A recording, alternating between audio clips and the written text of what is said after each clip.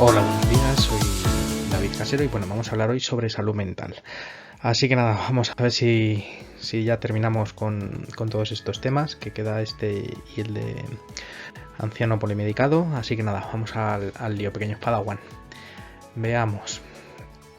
Hay que ver qué es lo que se entiende por salud mental y por enfermedad mental. La enfermedad mental se define como un trastorno de la salud emocional, cognitiva o conductual que afecta significativamente al bienestar, a la función diaria y a las relaciones diarias interpersonales que tiene esta persona. ¿Eso qué significa? Que afecta a todos sus círculos de esa persona y le afectan sus relaciones, con lo cual tiene una afectación, por decirlo de alguna forma, multifactorial, ¿vale? Y esto genera pues unos problemas comportamentales o de relación que le generan una ansiedad que le va a generar daño a esa persona, ¿vale? Mientras que la salud mental, ¿vale?, se define como el estado de bienestar, tanto emocional como psicológico. Y esto le permite a ese individuo afrontar los problemas de la vida diaria, el trabajo y lo que es la contribución social, ¿vale? Entonces, no es la ausencia de trastornos, ojo, sino un equilibrio dinámico que tiene esta persona para gestionar sus problemas o su estrés, ¿vale? Entonces, una vez ya definido las dos cosas, lo que es una enfermedad mental y lo que es la salud mental, vamos a pasar a ver un poquito la epidemiología. En España, pues los datos epidemiológicos reflejan una elevada prevalencia de trastornos mentales. O sea, tenemos mucho. Estamos afectando a 1 de cada 4 personas. Sobre todo niños y adolescentes son un 20% de ese número de personas, ¿vale? Normalmente la tasa con personas con ansiedad, para que nos hagamos un ejemplo, está en 106 por cada 1000 habitantes. Eso es una burrada. Los trastornos de sueño en 81 por cada 1000 y las depresiones casi 50 por cada 1000. ¿Esto qué pasa? Que afecta muy negativamente la calidad de vida. Es tremendo frente a las personas que no tienen algún problema de estos, ¿vale? Eso es muy limitante. La enfermedad mental es muy limitante y los problemas mentales, aunque no sean una enfermedad, son muy limitantes. Estamos más o menos a la par que Europa, un poquito más quizás, y sí estamos por debajo de lo que es el mundo, o sea, por encima de lo que es la mundial, ¿vale? Es verdad que los países que no tienen tanto desarrollo, es verdad que tienen otros tipos de estrés y otros tipos, o no se hacen estudios, que puede ser también, ¿vale? Realmente, sobre todo tenemos que tener mucho cuidado por las tasas de suicidio, porque es verdad que están aumentando.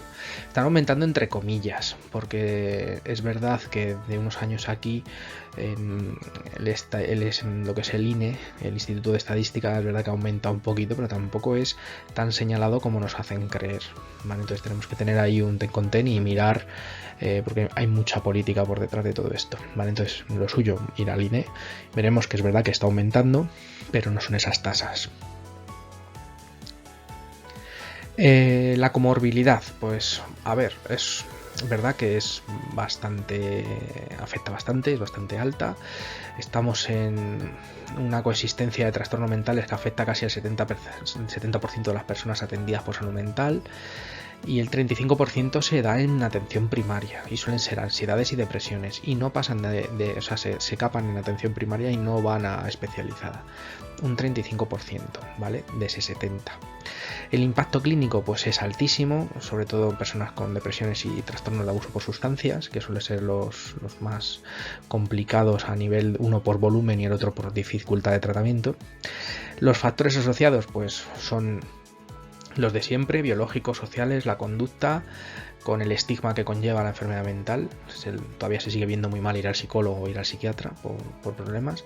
Los trastornos más comunes suelen ser la ansiedad, la depresión, consumo de sustancias y el sueño, que suelen ser un 68% de los pacientes con adicciones. Y el abordaje clínico pues normalmente suele ser o psiquiatría, psicología y terapias farmacológicas, sobre todo los antidepresivos.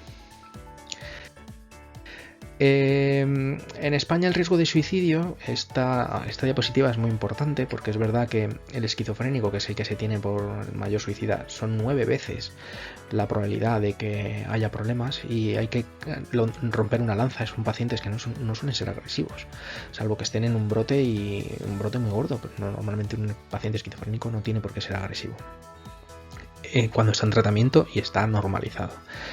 La depresión mayor es un 21% de veces mayor que una persona sana la suicidarse. Y el peor de todos, porque es el más grave sobre todo, suelen ser los trastornos de alimentación, que son 33 veces mayor el riesgo. Hay que tener muchísimo cuidado con estas pacientes. Y la toxicomanía es un 86 veces mayor. ¿Vale? Es verdad que muchas veces son por sobredosis, antiguamente por sobredosis, pero también hay una alta tasa de suicidios de estos pacientes, porque no aguantan ya con su vida por el daño que están haciendo a los demás. Entonces, esto sí es importante, porque esto es a día de hoy en España, y es verdad que la mayoría de los suicidios pues suele ser por estas cuatro, por decir de alguna forma, estas 4 enfermedades o estos 4 trastornos. La importancia es muy alta, porque tenemos mucho problema con todo esto, sobre todo con la ansiedad y la depresión, como hemos visto. Se suele compartir con otras enfermedades, sobre todo con enfermedades crónicas que son limitantes. Genera una carga asistencial muy grande en primaria, más que en especializada, aunque en especializada también, pero es verdad que habéis visto antes que se frena el 35% de todo lo que llega, se frena y se queda ahí en primaria, con lo cual el enfermero de primaria tiene que controlar mucho de salud mental, y cada vez más. Sobre todo, pues que afecta directamente a la calidad de vida y a la función social de esta gente y del sistema sanitario público y privado también. Es un coste directo, lo que supone casi 600 millones de euros anuales, lo que es una burrada, es una carga económica enorme, donde hay muy pocos recursos, muy pocas personas formadas, y es verdad que la enfermedad mental pues pasa muy de puntillas por la seguridad social. Casi todo es privado, si quieres un tratamiento que sea acorde a los problemas que tienes, ¿vale? Porque salvo enfermedades mentales gordas, normalmente la depresión, la ansiedad, el estrés no se lleva en la consulta de salud mental, lo que es un problemón. Coste directo, pues sobre todo está relacionado con las bajas laborales y las discapacidades. Es un 60% aproximadamente del coste asociado. O sea, en las bajas es una burrada, y en medicación. Estamos súper medicados de todo, sobre todo benzodiazepinas y antidepresivos, con lo que conlleva, como vimos, en posibles alteraciones en otras enfermedades como el corazón o la diabetes.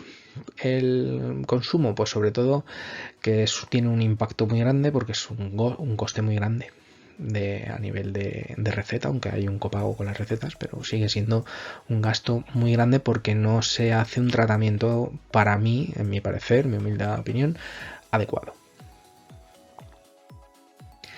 Las características principales, pues bueno, pues suele haber alteraciones del pensamiento, esto lo veremos más adelante, con las ideas delirantes, alucinaciones, despersonalizaciones, los cambios emocionales, sobre todo en la ansiedad y la depresión, las alteraciones de comportamientos van a interferir en su vida cotidiana, y eso le va a generar mucho malestar. De hecho, si no te genera malestar, no se considera enfermedad mental. Entonces, tiene que haber un malestar por cómo se encuentra ese paciente, por lo que le está pasando y por cómo se ve.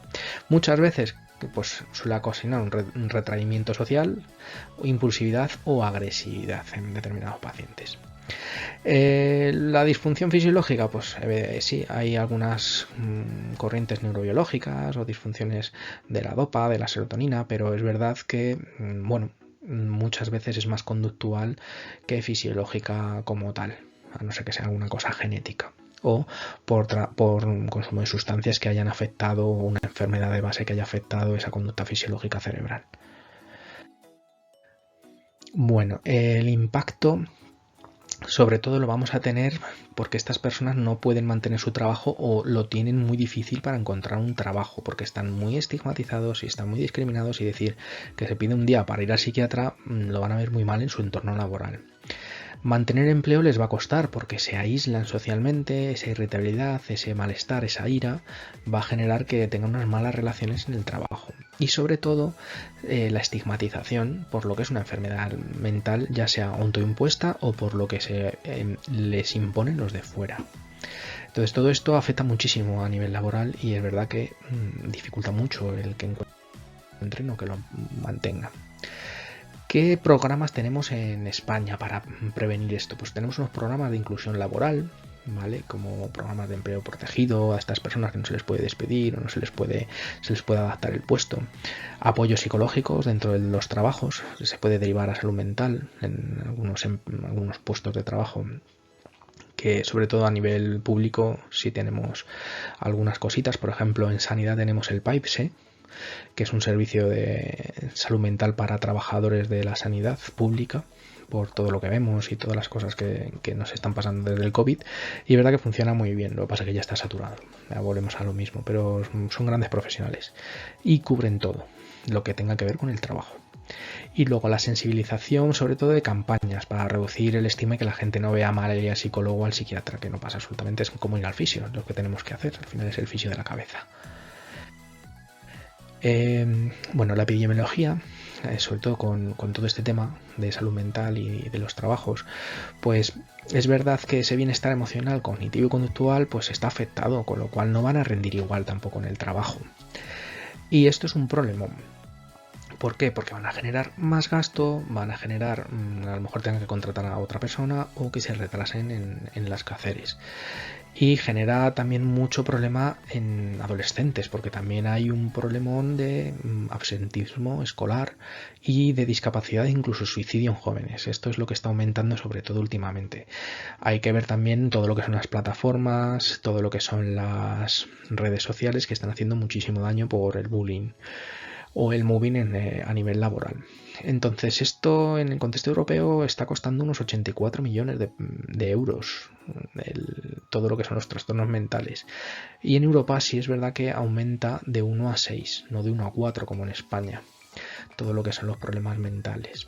Entonces es verdad que aunque estamos muy a la par, estamos por debajo y eso es más problemón porque es verdad que se están haciendo las cosas mal desde muchos planos, tanto educacional como familiar como laboral.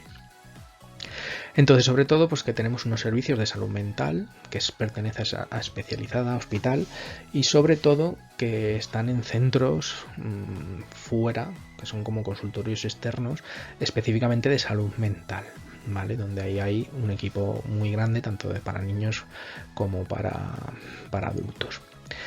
El problema, pues bueno, el enfermero, sobre todo, pues desempeñamos un rol donde creo que para mí es clave porque tenemos más acceso y tenemos un poquito más de tiempo por consulta, que cada vez se está equiparando más a la de los médicos con la merma de calidad asistencial que tenemos, pero es verdad que somos más cercanos, entonces la gente nos cuenta más cosas y es más fácil llegar a ellos. También es verdad que al no ser médicos muchas veces tenemos otro estigma nosotros. Vale, entonces es verdad que bueno, tenemos que intentar evaluar al paciente de forma integral, intentar de hacer sobre todo prevención, que es lo que deberíamos hacer sobre todo en educación, en atención primaria, de promoción de salud mental y talleres educativos, sobre todo para adultos y para niños.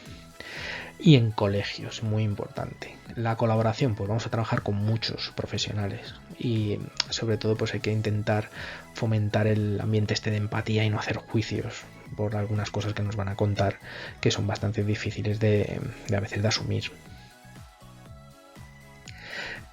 Bueno, pues la mayor parte de toda la morbilidad psíquica no se ve, ¿vale? Que es el problema. Normalmente entre un 40 y el 60% va a estar por debajo de lo que se ve como brote o como algo realmente llamativo, y sobre todo ahí va a estar encubierta la depresión con un 67% de los casos, y luego la ansiedad. Entonces, ¿qué pasa? Pues que la enfermedad mental realmente no se ve, y cuando se ve llega tarde, con muchos problemas, y porque ya ha habido un detonante que es lo que te ha hecho llegar al paciente, y llegan muy muy justos con mucha problemática detrás. ¿Vale? El problema que tenemos sobre todo es la infradetección, tanto por los pacientes porque no quieren pedir ayuda, sobre todo para los profesionales. ¿Por qué? Porque muchas veces no estamos preparados. Tenemos un estigma, hacemos prejuicios sociales, hay pacientes que a lo mejor entran con mucha irritabilidad o con mucha ira y no lo valoramos como un problema que pueda haber de base, la falta de formación, los síntomas inespecíficos de los trastornos mentales, porque muchas veces, bueno, es que estoy fatigado, es que me duele todo el cuerpo, es que esto da lugar tengo taquicardias, tengo ansiedad, ¿vale? Entonces esto da lugar a diagnósticos erróneos o muchas veces a retrasar ese diagnóstico para ver cómo evoluciona o para ver que descartar otras pruebas físicas, muchas veces, que es lo que suele pasar, antes de intentar decir, coño, pues a lo mejor es una cosa que es mental y hay que ir por otro camino. Otro problema que solemos tener es la sobrecarga. Cada vez tenemos menos tiempo, más pacientes y menos profesionales, con lo cual eso es un problema enorme porque nunca vamos a poder dar una sanidad buena. De hecho, la sanidad ha empeorado muchísimo desde mi punto de vista, de 17 años trabajando en hospital y en primaria aquí en Madrid, y eso que no es mala. En Madrid, la verdad, la sanidad, pero está sobrecargada y falta mucho profesional y mucho profesional preparado. Porque estamos quemados, entonces tú cuando sales del trabajo lo que quieres es vivir, no seguir trabajando y formándote, y es que es una cosa que debería de cubrirte la empresa, y no cursos de 2 horas, sino cursos buenos o expertos o máster, y que te hagan en tu tiempo de trabajo para formarte y ver, o rotaciones por determinados sitios, y eso no se está haciendo, y para mí es uno de los mayores lacras, y sobre todo la falta de recursos, que al final es lo mismo, son recursos personales casi siempre. Bueno, las consecuencias de la salud mental, pues desde el plano de enfermería podríamos decir que, bueno, pues representan un desafío muy grande, sobre todo a nivel de salud pública y a salud primaria, atención primaria, porque es una perspectiva por un lado sanitaria y por otro lado social, y estas afecciones requieren pues unas estrategias muy complicadas, multidisciplinares, donde tienes que estar muy atento para ver las cosas. Y sobre todo porque no se suele ver o no lo suelen ver los estudiantes de enfermería, entonces cuando salen no suelen estar preparados para ver esto, a no ser que hayan rotado por un servicio de salud mental, que no se suele hacer. Por eso es importante las especialidades, pero el especialista de salud mental va a trabajar en los centros de salud mental, no en atención primaria, con lo cual es un rotatorio que falta y que sé que en el EIR de comunitaria se está empezando a ver, pero es la gran invisible, por decirlo de alguna forma. ¿Qué consecuencias tenemos? Pues que sobre todo que son pacientes que se cronifican porque no se llega a tiempo muchas veces, o porque no tienen soluciones a enfermedad mental, sino solamente llevarla bien. Se da con muchas otras enfermedades, normalmente suele ser un predisponente de diabetes, hipertensiones, incluso problemas cardíacos, porque por la ansiedad o por el estrés, por la sobrecarga de corticoides, va a hacer malas digestiones, su sistema inmune se va a ver afectado, se va a ver mermado. Hay una sobrecarga sanitaria muy importante, sobre todo a nivel de urgencias y hospitalización, porque es cuando suelen ir, cuando ya no les queda más remedio. Los suicidios, las consecuencias sociales, como hemos visto antes, sobre todo la estigmatización y el impacto familiar que tienen, que es muy grande porque es una sobrecarga familiar también, el aislamiento social, que va a hacer que cada vez se aíslen más porque tengan menos herramientas para poder salir de esos problemas. Y sobre todo porque nosotros como enfermeros pues tenemos que aprender a evaluar, sobre todo de forma temprana, esos riesgos y esas conductas. Hay que hacer una buena promoción de la salud, con lo cual tenemos que estar formados y tener tiempo para hacerla, y gestionar bien los recursos, porque son muy limitados. Sobre todo, la valoración integral del paciente es vital. Hay que verle entero, incluida su familia, y si consume o no consume, y los eventos traumáticos que haya tenido. Hay que tener una relación terapéutica. ¿Eso qué significa? Pues que hay que ser empáticos y asertivos, ¿vale? Y no juzgar, y no podemos darle soluciones. Nosotros tenemos que orientar, pero las soluciones las tienen que encontrar ellos, porque nosotros nunca nos vamos a poder poner en su lugar, porque a no ser que lo hayamos vivido y hayamos tenido un episodio similar, con lo cual tenemos que evitar dar esa relación. No tenemos una capa de Superman ni tenemos que ser Superman, ¿vale? Es mejor escuchar y hacer un diagnóstico bien hecho y derivar a quien tengamos que derivar y hacer lo que tengamos que hacer bien hecho antes de precipitarnos y, pues yo haría, porque eso está mal. Hay que planificar el cuidado y para eso tenemos que vernos muy bien qué cuidados tenemos que darles con unos objetivos claros y medibles. Acordaos, SMART en los objetivos.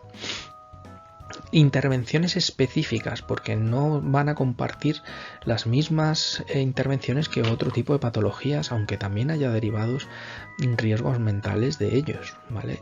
Son pacientes que son bastante complicados de llevar.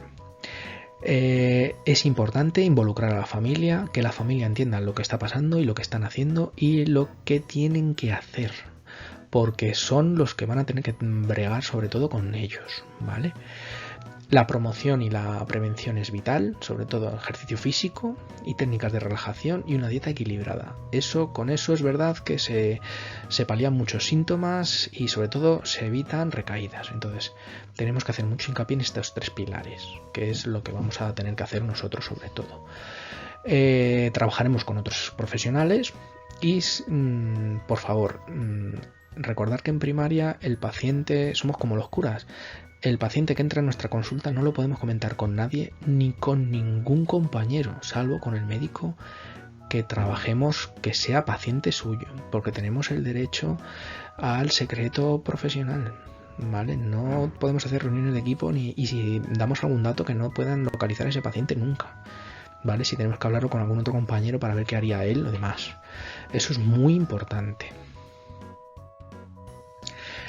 Bueno, pues los factores biológicos, pues tenemos los genéticos, los desequilibrios neuroquímicos, normalmente pues pueden ser por alteraciones genéticas, por malformaciones o por sustancias que haya tomado o lesiones por accidentes, sobre todo los traumatismos. Lo que más y algo, a lo mejor algún aqua o alguna enfermedad neurológica tipo tumor que también puede pasar algunas cositas de estas. Lo psicológico, los factores de riesgo psicológico, sobre todo traumas infantiles, traumas, sobre todo estrés postraumático y depresiones y pérdidas de parentales, tanto por pérdida o porque no esté, ¿vale? Esto normalmente suele ser lo que más suele permanecer, sobre todo la consulta paterno-materna, ¿vale? Las pérdidas son también unos factores muy grandes a nivel de factor de riesgo.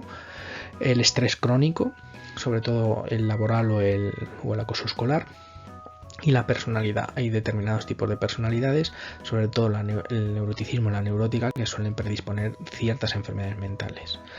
Eso no significa que tengan una enfermedad mental, sino que pueden jugar más papeletas para que les toque. A nivel social, pues sobre todo tenemos el entorno familiar, sobre todo si son disfuncionales o conflictivos, la pobreza. Es verdad que es mayor en gente de poco poder adquisitivo, porque es verdad que a lo mejor no tiene ese dinero para ir al psicólogo o ir al psiquiatra, porque es caro, la terapia buena es cara. Suele haber una mayor incidencia en personas solteras frente a las que están casadas o viven en familia, ¿vale? Porque el círculo familiar, si todo va bien, es protector, ¿vale? Y sobre todo lo que hemos dicho antes de procesos neuróticos o depresiones en las zonas urbanas por la cantidad, el hacinamiento sobre todo suele ser, y las prisas, en los pueblos no se da tanto, la calidad de vida también. En la adolescencia, pues sobre todo a nivel de trastornos de ansiedad y depresivos, la esquizofrenia y el bipolar también tienen unas tasas muy altas en la adolescencia, que es cuando suele despuntar, y la estigmación, todo lo que es que conlleve que se enteren que vas a un psicólogo o un psiquiatra de jovencito, o mira el compañero de aquí al lado que está que se le va ahí un poquito la tuerca, ¿vale? Que es lo que suele hacer cuando te enteras o ves esos cuchicheos o ves que hablan por detrás o el trato que te dan, pues suele hacer todavía más problemas. Y esa estigmatización puede ser o porque te la hagan desde fuera o porque tú te creas que te están haciendo esos comentarios y tú mismo seas el que te genere la estigmatización, que también puede pasar. La evaluación de salud mental, pues bueno, en la evaluación pues hay que diagnosticar y planificar todo a nivel emocional, cognitivo y conductual. Tenemos que hacer una análisis completa, una entrevista bien hecha, un examen del estado mental, que a lo mejor hay cosas, porque en primaria tenemos algunos test, pero la mayoría son de psicología y hay que aprender a hacerlos, porque no es fácil hacerlos, y lo digo por experiencia propia. Porque no es fácil hacerlos porque no somos psicólogos y no se nos enseña en la carrera a cómo pasar un test, y menos mental, a un paciente. Entonces se complica. Yo lo estoy dando porque estoy terminando psicología y aún así me parece complicado y he visto y he pasado test. Entonces eso, estamos haciendo una cosa que puede rozar el intrusismo profesional. Las pruebas diagnósticas, sobre todo pues analíticas y alguna resonancia magnética funcional, por ejemplo, o un encefalograma por si hubiera alguna alteración. Hay que evaluar a nivel social y si no derivar, si detectamos cualquier cosita, al trabajador social. Una buena evaluación física por si hubiera algún problema médico o tal, para descartarlo y derivarlo al médico si lo detectamos en las revisiones. Sobre todo hacer diagnóstico de diferenciales con otras enfermedades y planificar nuestro cuidado, que es lo que tenemos que hacer, dedicarnos a cuidar a esa persona, que es el rol de la enfermería. Y en primaria lo que se hace, como siempre, promoción, prevención y sobre todo en este caso intervenciones tempranas. Y la intervención temprana es multidisciplinar, ¿vale? Igual que el apoyo emocional y social, tanto con él como con la familia, no me cansaré de repetirlo. Bueno, estos son test que se suelen usar en salud mental, pero que son de psicología, todos. Y primero, muchos de ellos no tenemos acceso, o si tenemos acceso, no sabemos hacerlos, porque no es tan fácil pasar un test de percepción del estrés, ¿vale? No es rellenar un ítem, se necesitan más cositas. Bueno, tipos de entrevistas que vamos a usar en la consulta. Pues tenemos entrevistas de iniciales, de evaluación. Se recopila la información y se establece una relación terapéutica, que es lo más básico y principal. Si no tenemos una relación terapéutica buena, nunca vamos a llegar al paciente de salud mental, ¿vale? Entonces esta recopilación, esta entrevista, más que también para recopilar datos, es para hacer una relación y crear un feedback con el paciente, y es la principal. Si esta se hace mal, olvidaos, porque no vais a poder hacer nada, ese paciente lo hemos perdido. Puede haber una entrevista que sea estructurada, semiestructurada o abierta, lo hemos visto. Dependiendo del paciente, de lo que hayamos visto en la entrevista inicial, podremos hacer una u otra, o incluso una mezcla de las tres. La motivacional, por ejemplo, pues es también bastante importante, y luego las demás que hemos visto en la diapositiva. Otros recursos de salud mental. Pues bueno, nos vuelve a pasar lo mismo, volvemos a entrar en un campo de la psicología muy grande, porque no se ve desde el campo enfermero, pero sí es verdad que se ve desde el campo de psicología, desde salud pública o en salud mental, y suele ser la de mental, desórdenes primarios, el MILON, y que sobre todo es para ver el grado de desorden personal, de personalidad, y muchas veces para ver si hay trastornos psicopáticos, por decirlo de alguna forma, y ver en qué zona se queda ese señor, y el de los desórdenes, ¿vale? Que bueno, pero os digo, esta no se usa en primaria, esto es exclusivamente de psicología o psiquiatría, pero bueno, sobre todo psicología, ¿vale? Con lo cual, yo os recomiendo que no lo hagáis nunca en consulta esto, porque lo vais a hacer mal y vais a poner una etiqueta mal, y encima vais a entrar en una zona donde os puede hasta denunciar.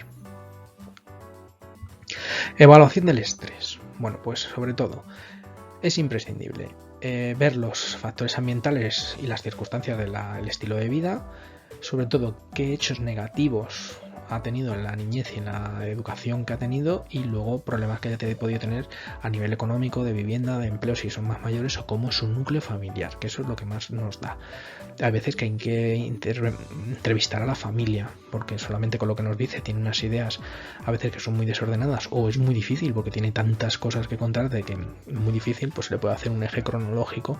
No, ordénamelo en un eje cronológico en esta línea y ves contándome lo que ha pasado, que te lo vaya colocando. Eso para mí es muy efectivo en consulta, muy rápido, porque aunque salte de un hecho a otro te lo va a colocar. Ah, no, pues esto fue antes, y vas a tener una visión más o menos real de lo que te pueda contar.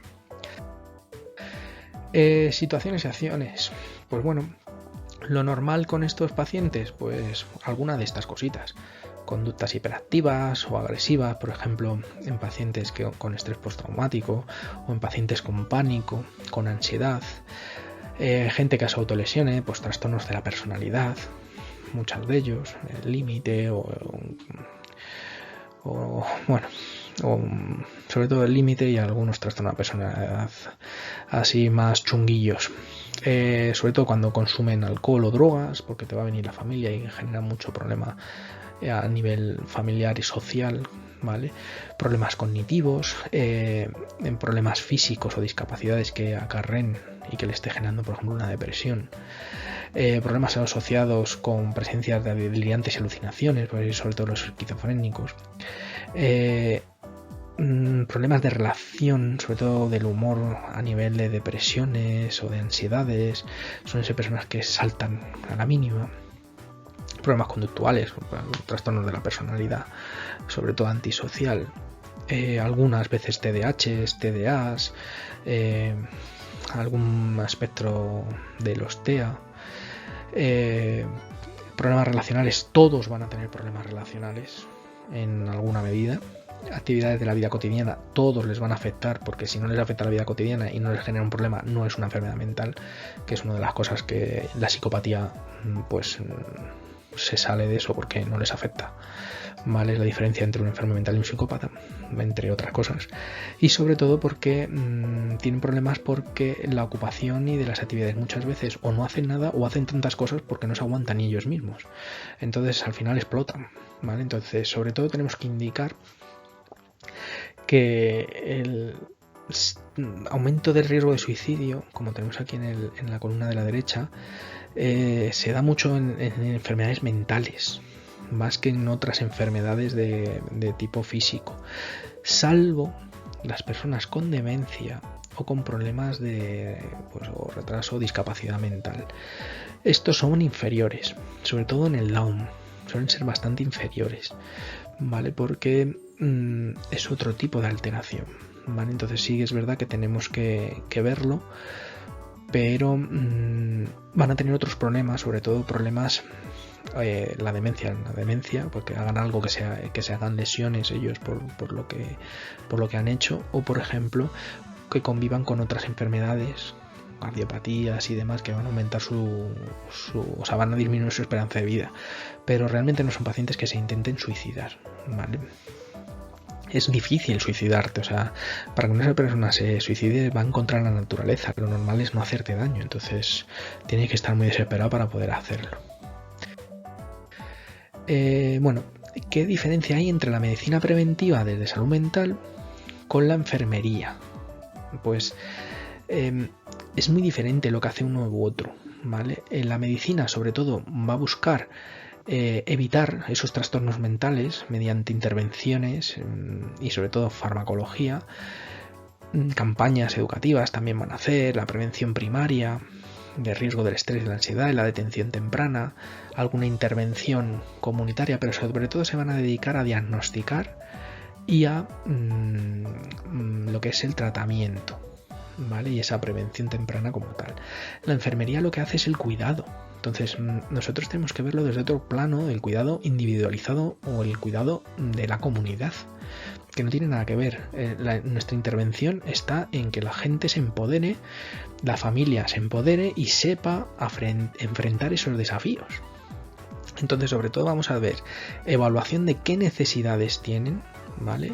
Esa población o esa persona, y hacer unos planes de cuidado que sean acordes a lo que tenemos que hacer. Evidentemente vamos a hacer también educación, y captación, sobre todo de hábitos de vida saludables y del estrés. Vamos a hacer un apoyo continuo, ¿vale? Porque es verdad que van a necesitar que asistencia regular o que vengan a consulta con un seguimiento cada semana, cada 15 días, o a lo mejor tenemos que ir a su domicilio todas las semanas o cada 15 días, ¿vale?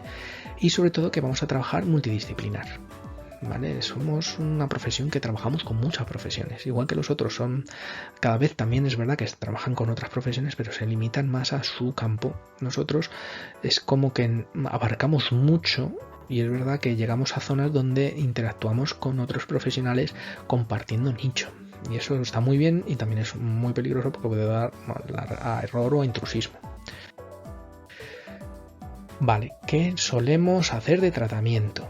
Bueno, pues los tratamientos suelen ser modificación del ambiente, del medio ambiente, cambiando la conducta y sobre todo intentar que aprendan a sobrellevar las conductas estresantes. Y vamos a hacer medidas preventivas para que detecten de forma precoz esos cambios, ¿vale? Y se tomen bien la medicación, sobre todo porque muchas veces no se la toman, se hacen resistentes, se hacen tolerancia o no quieren tomarla porque se encuentran bien y la dejan de tomar. Y eso es un error porque es cuando viene la recaída. Pensar que los antidepresivos normalmente mínimo son 6 meses. Lo que se tienen que tomar, lo normal, entre 6 meses y un año. Y durante las primeras 2-3, a veces el primer mes, ¿vale? O 2-3 semanas, puede aumentar casi todos los fármacos para la salud mental, pueden o generan en esas semanas la mayor tasa de suicidios. O sea, medicación que en teoría está para que te arregle, en esa semana, por todos los cambios que hace cerebrales, puede ser que digan... De hecho aumenta muchísimo los suicidios en esa etapa, ¿vale? Porque se pueden encontrar mejor o pueden haber esa interacción, no tener una vista clara por esa afectación neurológica y decidan, pues cogen valor porque es verdad que potencian un poquito el estado de ánimo y dicen, pues ahora es cuando me tiro por la ventana. Entonces hay que tener mucho cuidado, ¿vale? Y en esos momentos es cuando hay que hacer a lo mejor el seguimiento cada 3 días o llamar o citarles para que vengan cada 2-3 días a consulta y que te cuenten. Bueno, los modelos de enfermeros pues tenemos mogollón que se dedican a salud mental. Hay 2 que son los principales, ¿vale? Sobre todo el de interacción de Peplo, ¿vale? Que es el que se ha usado siempre en salud mental porque es un enfoque que se centra en esa relación específica entre enfermera y paciente. Es como herramienta terapéutica, ¿vale? Entonces hay unas fases que establece como orientación, identificación, explotación y resolución del conflicto. Y suele ser un modelo que se trabaja mucho porque es muy sencillo. Y luego tenemos el de promoción de Pender, que bueno, está sobre todo para promover hábitos saludables y prevenir trastornos. Y se centra mucho en la intervención comunitaria y en la educativa. Eso sí es muy importante. Y sobre todo el siguiente que vamos a ver, que es el modelo de Marea. El modelo de Marea es una mezcla entre fundamentos filosóficos y principios aplicados desde enfermería. Lo diseñó Philip Barker, ¿vale? Y sobre todo surge como una alternativa humanista de ver ese paciente de salud mental sin estigmas. Entonces, es verdad que tienen varias metáforas del agua, de la teoría del caos, los 10 compromisos, que lo que hace es que intenta que el paciente fluya y intente calmar esa tormenta de pensamientos que tiene, que son ilógicos y son como una ametralladora que le machaca la cabeza y recurrentes. Entonces es un proceso que es muy dinámico, con mucha interacción, se trabaja mucho con las familias y es un modelo que se está imponiendo ahora y la verdad es que funciona muy bien. ¿Qué es lo que significa la metáfora del agua? Pues lo que se quiere decir es que todo fluye, que muchas veces muchos problemas que le estamos dando vueltas no está en nuestra mano poder solucionarlos y tenemos que detectar lo que sí está en nuestra mano y lo que no, y que podemos apoyar en esos momentos de crisis al paciente. A nivel de teoría del caos, pues bueno, resalta que tenemos que ser flexibles, ¿vale? Y que el cuidado tiene que ser muy personalizado porque si no lo hacemos personalizado es como que aumentan exponencialmente todos los problemas que va a tener esa persona porque estamos haciendo nuestro trabajo mal. De ahí la teoría del caos. Y luego los compromisos, los 10 compromisos. que vamos a verlos. Los 10 compromisos, sobre todo el primero es el valor de la voz, que es la escucha del paciente. Tenemos que escuchar al paciente, ¿vale? Su historia es única y hay que escucharle. Lo que se refiere con respetar el lenguaje, pues es usar las palabras del paciente y que el paciente se exprese y lo haga bien, porque esto es muy importante, ¿vale? Esto fortalece y escucharle, repetirle, hacerle feedback, como vimos en otros temas de la entrevista, ¿vale? Porque fortalece la confianza. Desentrañar la historia. Esto significa que tenemos que explorar al paciente, su historia, qué le ha pasado, todos los eventos que ha tenido, cómo analizarlo y demás. Aceptar los cambios. El paciente va a cambiar constantemente y tenemos que ir aceptando y irnos adaptándose a ese paciente. El quinto premisa es trabajar con lo que pasa ahora. Esto es lo que se refiere sobre todo es a que se centre en el presente y que deje de pensar en el pasado o que deje de adelantar el futuro. O sea, el pasado está pasado, el futuro no ha llegado y el presente es lo que pasa ahora y es lo que tenemos que ver ahora. Sobre todo vamos a tener problemas a la hora de identificar obstáculos y barreras. Eso es importante, que el paciente haga una lista con las cosas que le pasan o un termómetro de gravedad de 0 a 10, esto cuánto es lo más grave, esto cuánto, para que vea y vaya bajando ese problema. Vamos a tener también problemas sobre todo con la mejora de las habilidades, porque es muy difícil solucionar estos problemas a la hora de resolver conflictos y demás. Entonces tiene que desarrollar habilidades de comunicación el paciente y para eso tenemos que trabajarlo con él. Vamos a ver también que tenemos un problema que le hace único, ¿vale? Es que tenemos que hacer que el paciente se vea único. Y eso es muy difícil porque tendemos a generalizar muchas veces. No, pues yo haría... No, pues mira, tenía un paciente... No podemos hacer eso. Ni podemos explicarle cosas que nos han pasado a nosotros en nuestra vida. No se debe. ¿Vale? Porque entonces ya no es único. Somos únicos nosotros. Entonces no debemos nunca imponer decisiones. Nunca debemos de poner decisiones y nunca decir lo que tiene que hacer, ¿vale? Y sobre todo hay que hablar claro, ser transparentes y honestos, ¿vale? Si no sabemos hacer una cosa, pues se le dice, no pasa nada. ¿Qué es lo que se aplica a este modelo, sobre todo en enfermería? Pues lo principal es un enfoque personalizado, sobre todo muy empático, y se tiende a empoderar al paciente. Esas son las 3 cosas principales de la aplicación práctica de enfermería, que es verdad que está siendo puntero en este campo. Los niveles de prevención, pues como siempre, el nivel primario, secundario y especializada, o por decirlo de alguna forma, el terciario, ¿vale? Que los dos finales, pues vamos a estar ahí entre especializada y primaria, el último sobre todo especializada y primaria, y el primero va a ser siempre primaria. ¿Esto qué significa? Pues en primaria, prevención y promoción, sobre todo vamos a ver muchas urgencias también, ¿vale? Y derivaciones. En especializada, pues ya están los centros que proporcionan esos cuidados principales, tanto adultos como niños, y van a dar las terapias y intentar que no se cronifique. Y en la terciaria, pues son pacientes que ya están cronificados, que no van a dejar de tener esos problemas y que tienen que aprender a convivir con ellos, y tenemos que ver que no intenten hacer cosas que no tendrían que hacer, pues, como los suicidios y demás. Sobre todo que se tomen muy bien la medicación. Bueno, los trastornos mentales principales son estos, no me voy a pasar a explicarlo porque no compete a esta asignatura, sino sería sobre todo en salud mental. Os he puesto todos los que hay en la DSM-5, todos los que hay en la CIE-10, ¿vale? Que al final se ve lo mismo nada más que con otro nombre, y sobre todo los de NANDA, ¿vale? Porque tenemos los 4 principales de riesgo y de desorden, y sobre todo el de déficit de autocuidado y el de desorden emocional severo. Estos son con los que más vamos a trabajar. El resto son riesgos que puede pasar, ¿vale? Pero los gordos y grandes son sobre todo el de desorden emocional severo, y este no lo tenemos que aprender. Y es más, deberíamos de ver qué actividades y qué intervenciones se hacen, ¿vale? Sobre todo, ¿dónde se van a meter? Pues en diagnósticos centrados en el problema, diagnósticos de riesgo, diagnósticos de promoción de la salud y diagnósticos de síndrome, ¿vale? Que vamos a tener diferentes. Otra forma de clasificarlo dentro desde salud mental, ¿vale? Pero sobre todo el desorden emocional severo es el que más se va a usar para casi todos los trastornos mentales, y ese tenemos que aprendérnoslo. Bueno, las enfermedades mentales más frecuentes voy a pasar a explicarlas muy por encima porque es lo que vamos a ver en la consulta, pero no voy a entrar como si fuera la asignatura de psiquiatría o de psicología para explicar. Bueno, aquí tenemos que tener en cuenta que tenemos que saber qué diferencias hay entre estas 5 premisas. ¿Vale? El delirio es un estado de confusión mental. El señor está confundido, no sabe qué es lo que le pasa y ha perdido o la memoria, o la orientación, o el lenguaje, o las 3 cosas, ¿vale? Y puede ser por intoxicaciones, o por problemas mentales, o por consumo de sustancias, ¿vale? O por una bajada de electrolitos, o desequilibrios metabólicos, o lo que sea, ¿vale? Confusión. El delirio son ideas irracionales.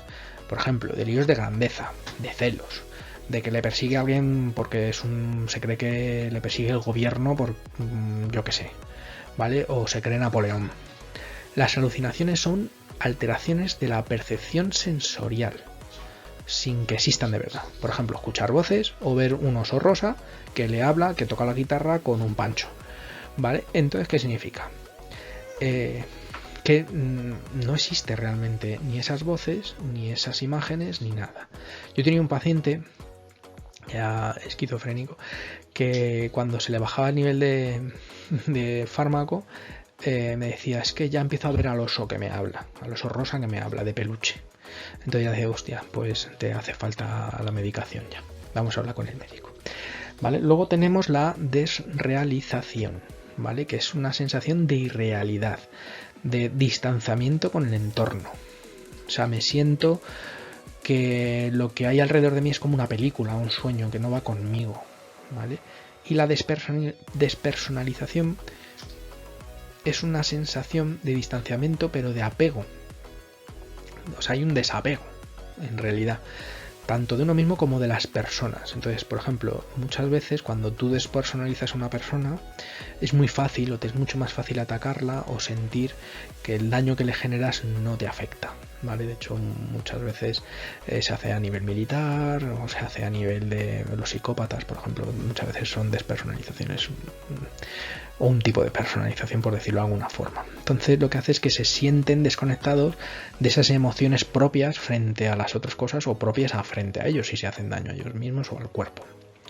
Vale, entonces con estos 5 premisas pues vamos a ver que muchas de ellas se van a ir mezclando en los trastornos mentales y van a ir dando gravedades o menos gravedades dentro de los trastornos. Hay muchos que no los van a tener, pero en un grado de medida pues normalmente se suelen dar algunas.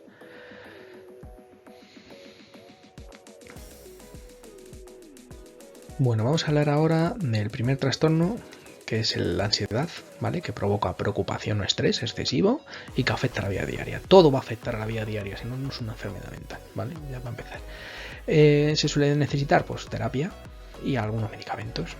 Y nosotros aquí pues jugamos un papel bastante importante porque muchas veces es muy fácil hablar con ellos y darles otro punto de visión, ¿vale? Pero bueno, ahí tenemos el trastorno. Trastorno de pánico es un miedo intenso acompañado de síntomas físicos de que me voy a morir, palpitaciones, sudoraciones, de algo grave, ¿vale?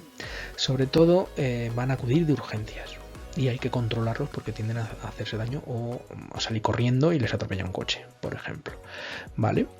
Entonces aquí nosotros tenemos que ayudar en la crisis y enseñar técnicas para relajarse después, pero sobre todo hay que actuar a nivel de contención y de medicación en la crisis. Y es difícil trabajar con un paciente con trastorno de pánico en crisis de pánico, porque muchas veces tienen mucha más fuerza de lo que parece, incluso a veces te pueden agredir sin que sean agresivos, sino por una reacción suya propia. Luego, por otro lado, tenemos la depresión mayor. Tenemos diferentes tipos de depresiones, ¿vale? Entre ellas está la depresión mayor, ¿vale? Que es la forma más grave, es la que más afecta a la vida diaria, ¿vale? Hay una tristeza enorme, constante, con una falta de interés enorme, donde hay alteraciones de sueño y o de apetito. Aquí nosotros pues podemos trabajar igual a nivel emocional y educando en hábitos, sobre todo para que no vaya más mientras la medicación y la terapia y demás funciona. Es verdad que aquí en consulta pues podemos hacer más prevención y acompañamiento de cuidado que otra cosa, ¿vale? Porque esto se va más al campo psicológico o psiquiátrico. La distimia, pues es una depresión crónica, pero es menos severa, ¿vale? Pero es muy larga en duración, ¿vale? Esto puede afectar la calidad de vida muchísimo. Necesitamos apoyarles mucho y volver a enseñar técnicas de estrés, ¿vale? Y de trivialización de los problemas. Y son todos los pacientes estos, una vez que los conseguimos captar, es verdad que suelen venir bastante a consulta, aunque te cuentan siempre lo mismo muchas veces, pero se desahogan y muchas veces la mejor terapia es escuchar. Entonces aquí pues no interrumpirles, escucharles y dirigiéndoles bien, y tampoco podemos hacer mucho más. Entonces es verdad que son dos enfermedades que limitan mucho a nuestro campo, porque muchas veces pues no estamos preparados para llevarlo bien.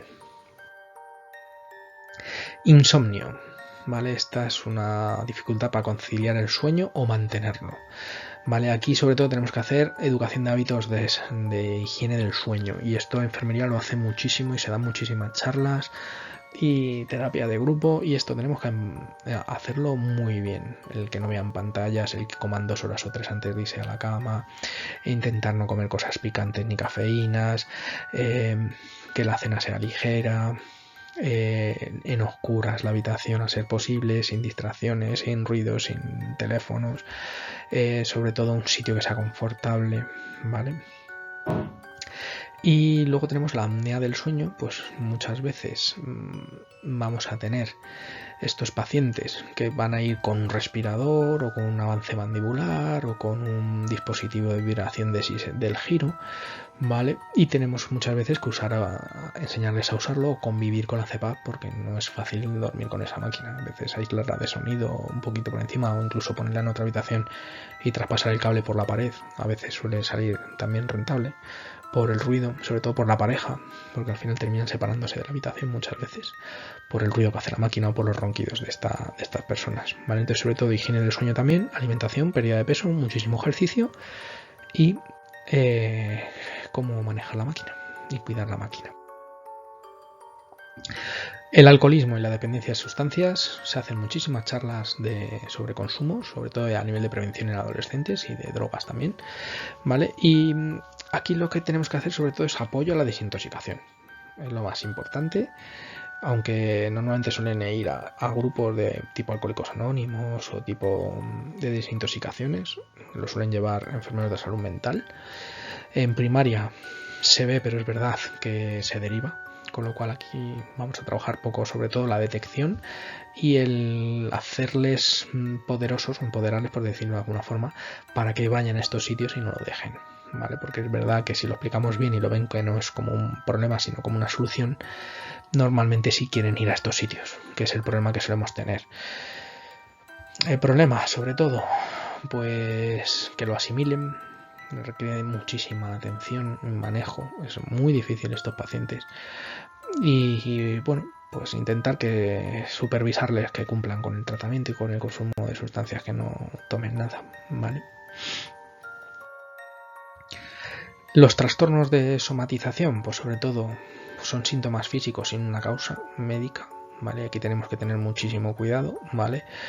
Porque son muy limitantes y generan muchísimas demandas, hay muchísima presión asistencial. A nivel de enfermería, pues bueno, es la misma, educar y apoyo, no hay mucho más, porque a veces hacer poco es mejor que hacer mucho y mal. Y con la hipocondríaca o con la hipocondría, pues esto sí limita mucho la calidad de vida, y luego muchas veces tenemos que estar muy pendientes del Munchausen con poderes, porque es verdad que muchas veces esa demanda y es un maltrato luego a nivel de infantil o incluso un problema de la persona como tal, que se autoinflige daños por llamar la atención muchas veces porque son inseguros y tienen un problema. Entonces aquí tenemos que tener esa excesiva preocupación de enfermedades, tenemos que tener muchísimo cuidado, porque vienen muchísimos niños que no deberían de venir a consulta por estas cosas, porque también yo, desde mi punto de vista, estamos haciendo una población que no tiene nivel de frustración y que no sabe solucionar sus problemas, y toda esa responsabilidad la vuelcan en especialistas, cuando no deberían de venir a consulta por que el niño se ha caído, se ha hecho un raspón en la rodilla, como me han venido a mí, de urgencias. Entonces ahí tenemos que educar muchísimo a la población, y eso sí que tenemos que tener mucho cuidado con ello, porque el Munchausen es muy peligroso y hay que verlo, ¿vale? Porque es un maltrato y a lo mejor entra a trabajo social por medio y asuntos sociales. Así que tenemos que tener mucho cuidado. Luego las anorexias, aquí vamos a trabajar muchísimo en enfermería con las anorexias y con las bulimias, sobre todo a nivel de detección en las revisiones del niño sano y del adolescente. Tenemos que ver estos pacientes prácticamente cada semana o cada 15 días, a ser posible nunca pesarles, y si les pesamos, de vuelta a la báscula para que no la vean. Y hay que tener muchísimo cuidado, porque son pacientes que suelen ser muy perfeccionistas, suelen ser bastante inteligentes, con lo cual es verdad que tienen una percepción muy alterada de la realidad y te van a malinterpretar muchas veces las palabras, o te las van a tomar literales al pie de la letra, porque normalmente suele haber otro trastorno por medio, ¿vale? Un trastorno de la personalidad, o incluso un TOC, que conviven con ellos, con lo cual hay que tener muchísimo cuidado. Ya hemos visto que son uno de los pacientes que más se suicidan, un 33%, con lo cual tenemos que tener mucho cuidado con lo que decimos y con lo que hacemos en la consulta, ¿vale?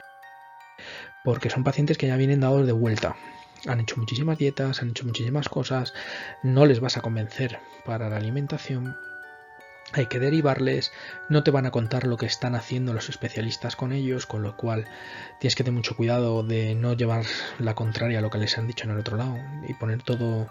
Hay que andarse con pies de plomo con estos pacientes, ¿vale? Es verdad que funcionan bien si siguen el tratamiento y si van a todos los sitios, pero normalmente suelen ser pacientes tórpidos, con recaídas, a peor a lo largo del tiempo, tanto uno como el otro. La esquizofrenia, pues bueno, aquí vamos a tener todos los 5 que hemos visto antes de afectaciones, con lo cual pues tenemos un paciente que es potencialmente en riesgo de que se haga daño, o de que haga daño a alguien, aunque como he dicho antes no suelen ser pacientes de por sí agresivos, al revés, y normalmente cuando te hacen algo es porque están en un brote, y porque ese brote para ellos es como si fuera un ataque de pánico, ¿vale? Entonces tenemos que tener mucho cuidado, o si tienen una distorsión de la realidad, ¿vale? Normalmente te van a venir a consulta por urgencias, van a ir al hospital normalmente, y a consulta van a venir para que les pongas el tratamiento.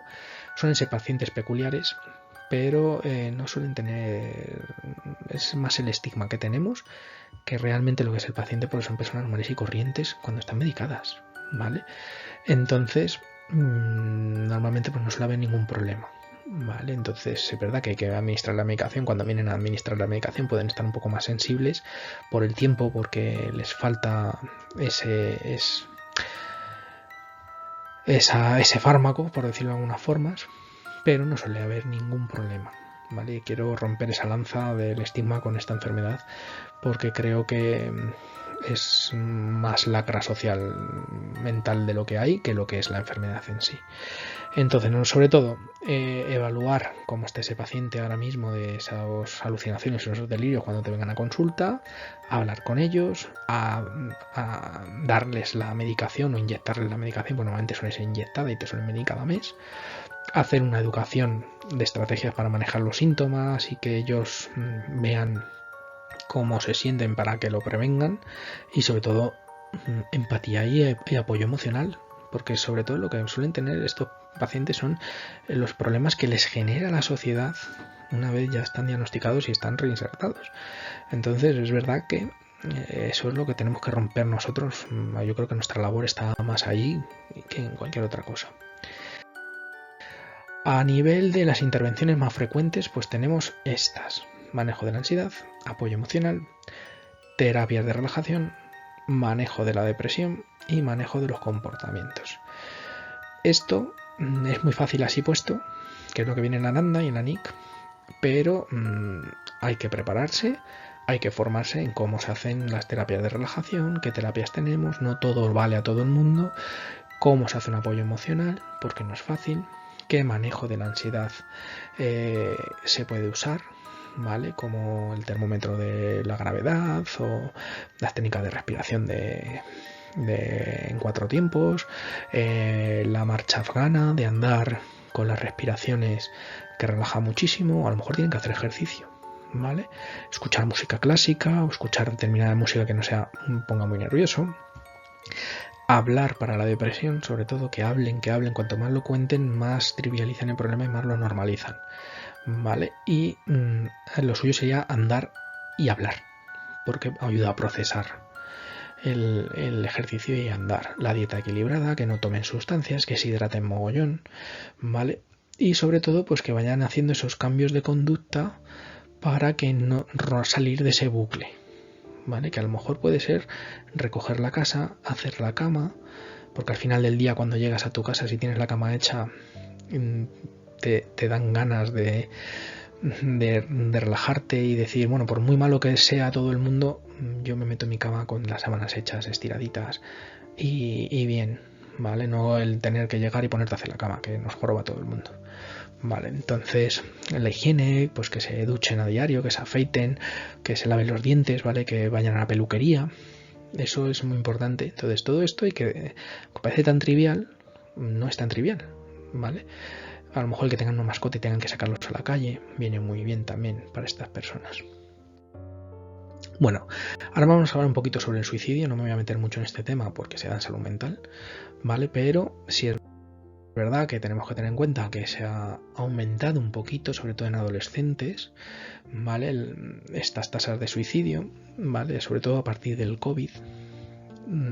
Antes era más de países nórdicos, España ahora aquí está aumentando más, ¿vale? Pues por la situación pues económica o de desesperación, cada vez estamos más, somos menos sociables y es un problema porque el ser humano es muy sociable. Entonces todo esto al final genera estos conflictos.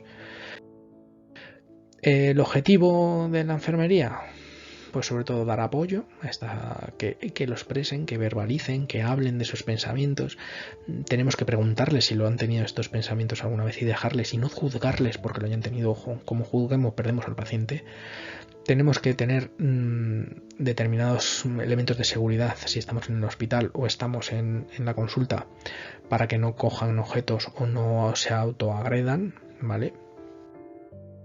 Sobre todo que tomen la medicación.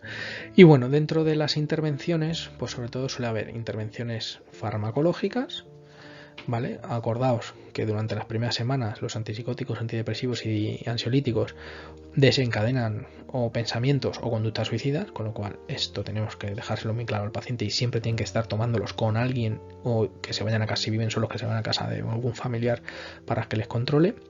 Tenemos las terapias conductivo-conductuales, que enfermería puede hacer algo, pero esto es del campo de psicología.